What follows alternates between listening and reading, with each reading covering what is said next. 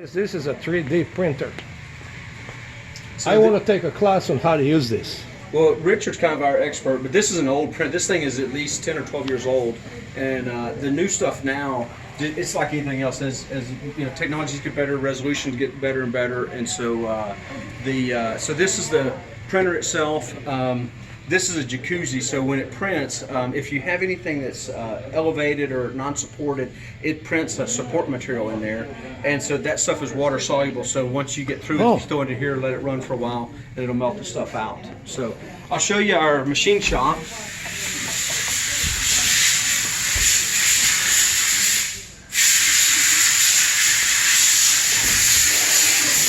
It's amazing. A shop this size is like world renowned.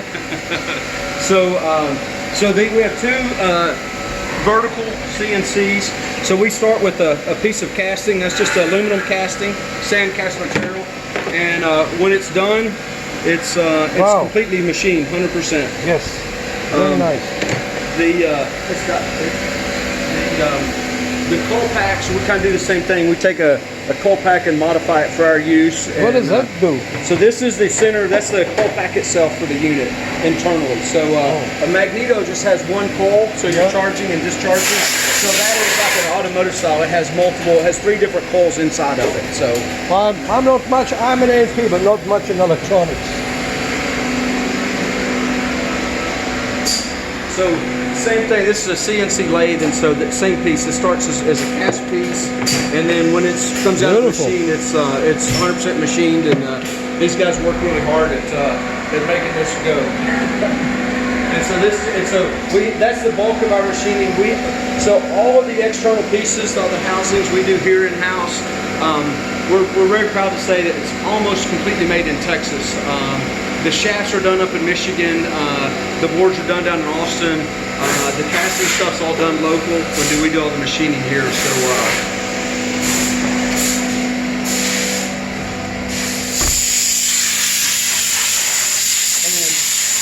So the extrusion, the center section is just the extruded piece of aluminum, and oh, then you cut it down. Yeah, so we just cut it down, and so and then those go out for anodizing, for process, chemical process. And then this is one of the business partners owns all this, and so he's out of town for a while, so they're doing some maintenance on some airplanes here.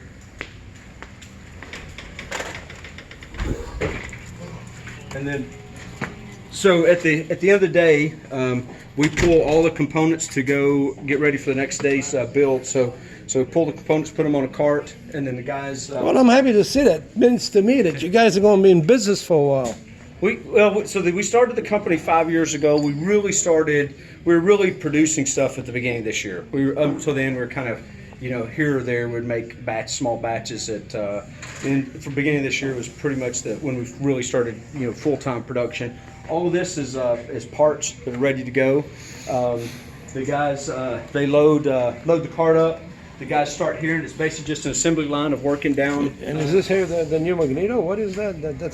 No, those are the boards, individual boards for the unit. So all of that side over there is, and the shop's kind of a mess, but all the stuff over there is sub-assemblies. So like the boards get taped up and conformal coated. Everything gets ready to come here and be processed down the line. Oh, I see the finished on some of that. So once they're completed, they get tested. So that every unit goes through an ATP test, and if ATP is acceptance test procedure, and once the unit passes the test procedure, it gets moved to. I'll show you out here. Come on in, Don. Yeah, all right. Hey. So once the units are through an ATP, they get brought out here, and so we run them overnight on another test stand. And so if they still sparking when we come in the next day, the guys pull them off. They go back on the acceptance test stand, and if they pass the second test, then they get boxed up and ready to go. Each unit get double tested? Right? Yes. That's very good. So, and for electronics, the main hazard is what's called infant mortality rate. And so if it's going to fail, it's going to fail within the first couple hours of operation.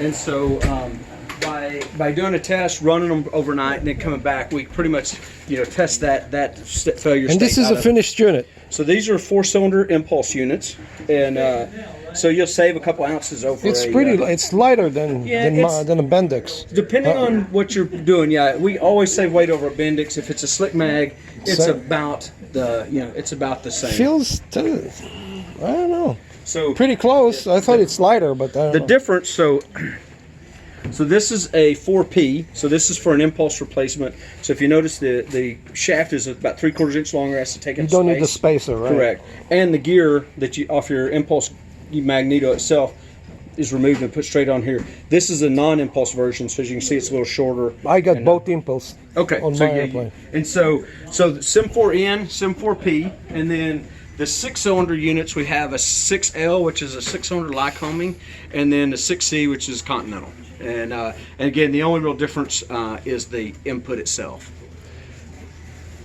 But you cannot convert a 4 into a 6, or can you? No. So the 4-cylinder has that coil pack that we've seen. The 4-cylinder has 2 sets of coils in it. The 6-cylinder has 3 sets of coils in it. 2 each. Okay.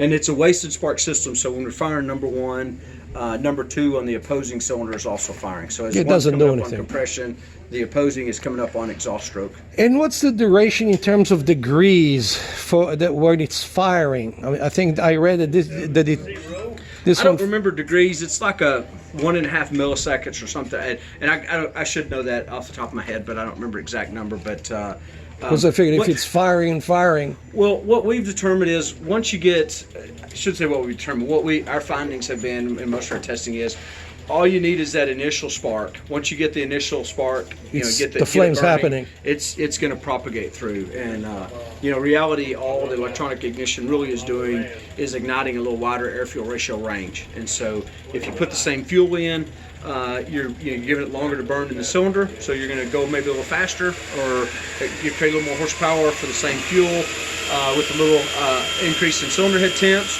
or you go to the lean peak side, and so now you're going the same speed you're going before on a little less fuel. And that's just because you can go a little leaner, because of the efficiency in the engine. Do you feel the magnetic? When you turn it, do you feel there's no magnetic? So if you turn that, you'll see it just turns freely. Okay. So what you're feeling in the mag when you're feeling that is the magnets themselves. So right. You're depending on that. We don't have that because we use ship power. Correct. Okay. Correct. And so, and just that, there was we calculated at one point, but because you're physically turning that magnet, there's a little bit of horsepower loss that goes into that. Yeah. So by going to this, you save a little bit of horsepower just off the beginning, just because you're not having to work against that magnetic field. My Sierra needs all the horsepower it can get. I wish I could get another 30 or 40 in there. And so these are, like I said, they're ready. These have passed the test, have been run overnight, have been tested, ready to go, inspected. So give me a good deal so I can take one with me. Just break your wallet out, we'll get you. I got it right here. And then these are all units that are, this is ready to go. They've been built up and ready to go. We just changed over Okay, boxes, guys, you see that? Got a little different. Go and buy one. Let's keep this Texas company employed.